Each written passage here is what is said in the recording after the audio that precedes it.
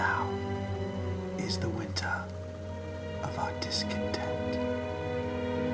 May glorious summer by a son of York, and all the clouds that load upon our house in the deep bosom of the ocean buried. Now our brows bound with victorious wreaths, our bruised arms hung up for monuments. Our stern alarums changed to merry meetings, our dreadful marches to delightful measures.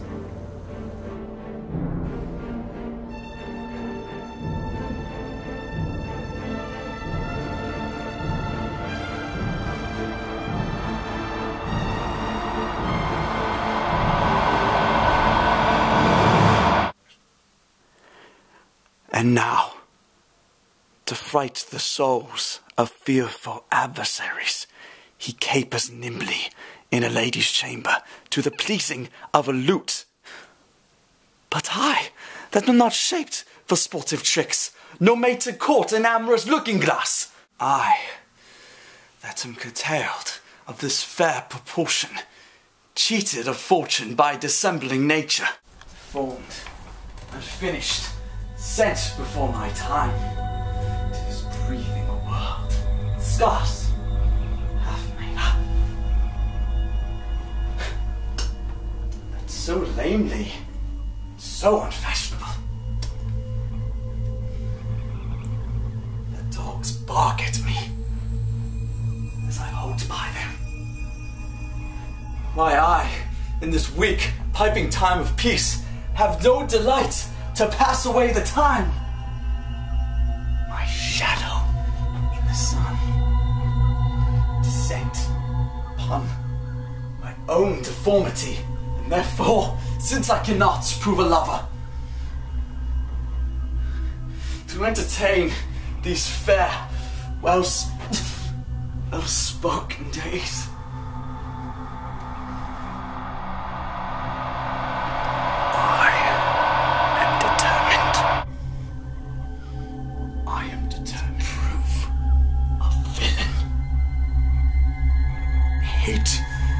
Idle pleasures of these days. Plots have I laid, inductions, dangerous prophecies, libels and dreams, to set my brother Clarence and thy father in deadly hate, the one against the other, and if King Edward incorporated be as true and just as I am subtle, false, and treacherous, this day should Clarence closely be mewed up about a prophecy which says G, of Edward's heirs, the murderer shall be. Thy thoughts down to my soul.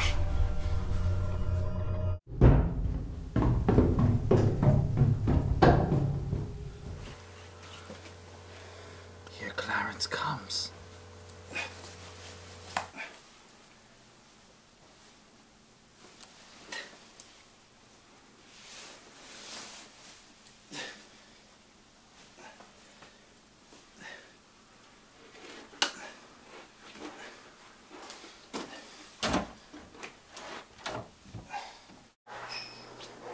Clarence, brother, good day.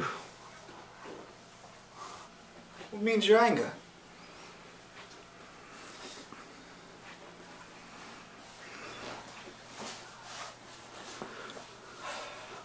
Our father, tendering my person's safety, thy anger conveyed me to the tower. On what cause? 'Cause my name is George. Either I alone or an unconduct.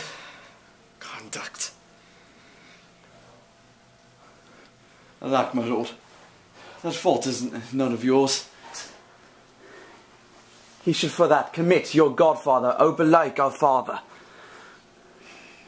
Hath some intent that you should be new Christians in the tower. But what's the matter, Clarence?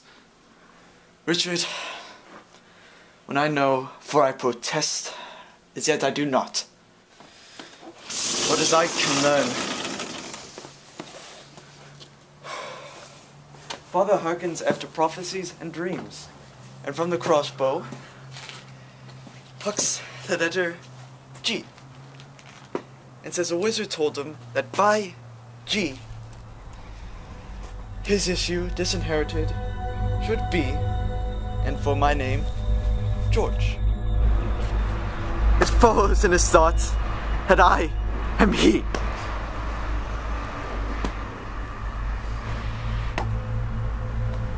Why, this is when men are ruled by women. 'Tis not our father that sent you to the tower. Lady Grey, our stepmother, his wife, Clarence, 'tis she that tempers him to his extremity. We are not safe, Clarence. By heaven, I think there's no man secure, even father. What? Father is sick, weak, and melancholy. His physicians fear him mightily.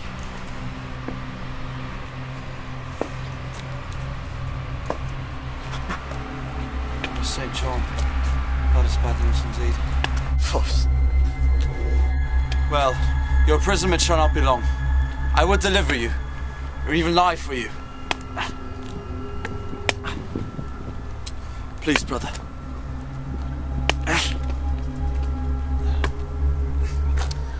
Have patience. I must perforce.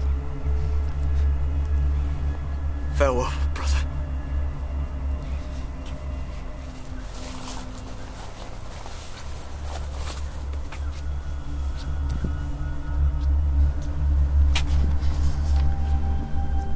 Go, tread the path that thou shalt never return. Simple, plain Clarence, I do love thee so, that I will shortly send thy soul to heaven, if heaven will take the present at our hands. Yet, father cannot live, I hope. I'll in to urge his hatred more to Clarence, with lies well steeled, with weighty arguments. And if I fail not in my deep intent, Clarence hath not another day to live. Which done, God take father to his mercy, and leave the world for me to bustle in. But then I'll marry Warwick's youngest daughter.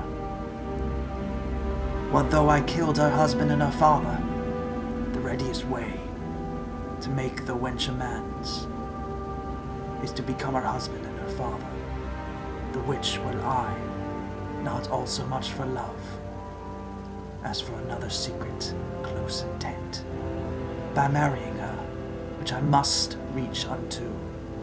But yet I run before my horse to market. Clarence still breathes, father still lives and reigns, and when they are gone, I must count my gains.